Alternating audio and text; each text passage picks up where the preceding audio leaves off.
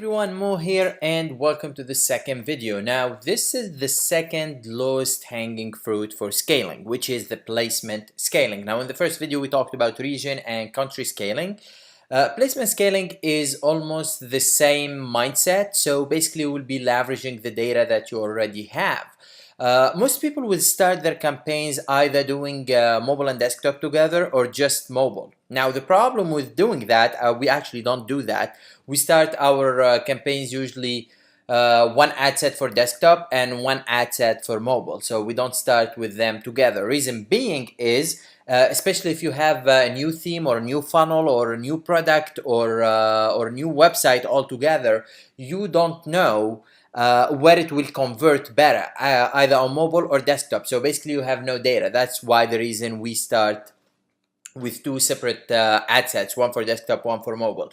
One other thing that you need to understand before scaling between desktop, mobile, right hand side, Instagram and Messenger is how much money are you making per channel or per placement.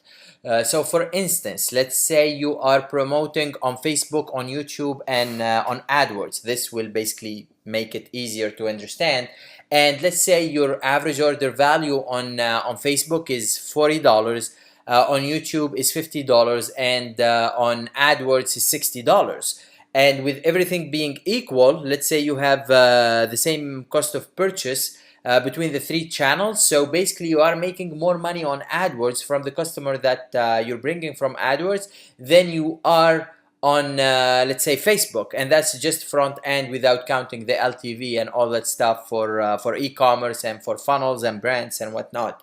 Same thing applies to Facebook alone. So on Facebook you have desktop, you have mobile, you have right hand side, Instagram, Messenger and audience network. Now you need to track each channel or each placement on its own. Most people don't do it, to be honest with you. 99% of people don't do it, so they just take the average AOV or the average magic metric, the average KPI that they can afford to spend on Facebook, and they just roll with that. That's still fine as long as, I guess, you're positive, but if you want to take the extra mile and track per placement, that will actually save you ton of money, like tons and tons and tons of money, trust me. Whether you use like third-party tracking software or Google Analytics or whatever it is, I don't want to name any softwares because I'm not associated with any of them, but there are softwares that will allow you to track each channel or each placement on its own, and then based on that you know how much you can afford to get that purchase, how much you can afford to acquire that customer or that lead from that particular placement. Alright, with that being said, so again, you leverage all the data that you have and you do new ad sets for desktop, new ad sets for mobile, and here on mobile you can even go ahead and break down by iOS and Android, and here it depends greatly on what you're selling and your creative. So for instance, we do a lot of e-commerce and we have products in the mobile niche. So let's say phone cases. So if I'm selling phone cases, it will be super smart to do like a video or a photo of a phone case showing an iPhone and only targeting iPhones. So I'm targeting iOS, iPhone. Same thing with the case if I do it on iPad. So I will do a video showing it on an iPad and I will target iOS, iPad. Same thing if I do it on Android. So you get the idea. So you want to be congruent between your creative and your placement. Same thing if you're pushing app installs. Same thing if you're doing like let's say you have a client phone shop repair. So if you're showing like a broke screen, you want to show a broke screen, like an iPhone with a broke screen, and target iPhone people, not the Android people, and then basically you want to be congruent. So that's one little trick that we use to have a high CTR on our mobile ads. One more thing is the right hand side. Most people that I talk with, they ignore the right hand side, and here in the example you will see the actual right hand side, how it's performing, but most people ignore it. It does perform really well. Even if you're pushing a video, it is okay to push the video on the right hand side, trust me. You will see it here, you will see the actual number in the examples, but don't just ignore it because you want to do like an extra creative for the right hand side, etc. Just push the right hand side with whatever creative you will have. If you are using photos, it's fine, it will resize for the right hand side. If you're using videos, it is still fine, you can use the video and it will perform. Instagram is honestly a little bit tricky in our case because most of our niches are all the demographics.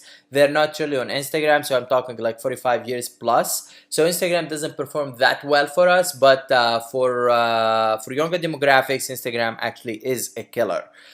Messenger is still new, we're still testing it. Results are so it's not something that we push a lot of money on. Audience Network is actually super great for us. Audience Network is a hidden gem, if you want to call it that. And basically what we do with Audience Network is we split it on mobile and desktop. So we will have like two ad sets, for one for Audience Network and Instant Articles mobile, and another one for desktop. So we have two pushing to do different placements. So one platform, different placements. And to see the graph again from the ads manager in here, I will tell you how we use this. So basically what we will do is we will have one news feed for this. So let's say I remember when we talked about Florida, we talked about the regions. Let's take Florida for an example. It was performing in that example from the previous video. So in Florida, I will take Florida and I will do Florida newsfeed mobile, Florida newsfeed desktop, Florida instant articles mobile, instant article desktop, and one Florida right column, or the right hand side if you're an old school. I will do the same thing for Instagram feed and stories, same thing for Audience Network, and I will split like mobile and desktop. So same thing for Messenger. And basically what you will realize is you take that Florida, and if you start all those auto bidding ad sets at like $20, you will end up with around 10 new ad sets, and that's $200 to a proven region, proven state with the proven age. So even if you spend like just $20 per ad set, some of them, by the way, will not spend all the budget, but again, that's just $200 extra ad spend per day for one state. Multiply that by your top 5 states and you are already at $1,000 spent. At least $500 if you're doing $10 ad sets, if you want to be a conservative. So it's super easy to leverage this data. Again, that's why I called it like it's a really literally a low-hanging fruit. Between the placement scaling and the geo scaling, you can increase your spending like by at least $1,000, $2,000 a day, just like that. Now, to see the performance of what I'm talking about, this campaign basically has ad sets inside it, as I was explaining earlier. And what you can see here, our desktop, our cost per purchase on desktop is $21. And on mobile, on the news feed again, is $20, with a little bit slight difference in the return on ad spend, but it's still fine. Now in here on the instant article on mobile, it is not performing at all. So we spent $90 for one purchase, and basically we lost a bunch of money on that. The right column that I mentioned that everyone or almost all people are ignoring, it's actually our best performer, $8 per conversion, and that's a solid amount of purchase there, 170 purchases, and it's bringing the highest return on ad spend. Same thing here, you can see on Audience Network, as I told you, like we split the mobile and desktop. So on Audience Network, the mobile, actually this is not showing the desktop, this is in stream video. So the Audience Network on mobile on its own, it brought in a good amount of sales at $20, which is still profitable in our case because we have an AOV for like $55 I think, and our break-even point is at $30. So we're still fine with this. Now the reason why the in-stream videos here on desktop and mobile is not performing is because we used the website conversion campaign, and it only works with clicks to website, or now they call it traffic campaign. So that's why it's not spending any money.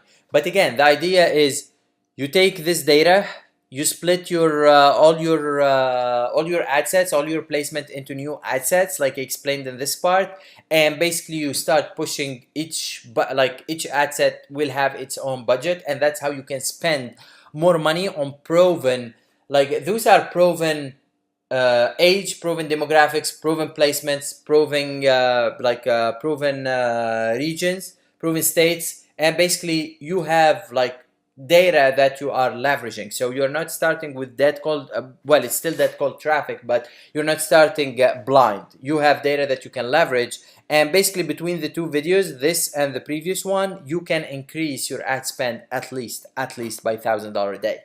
Hope you guys enjoyed the video, and I will be seeing you on the next one.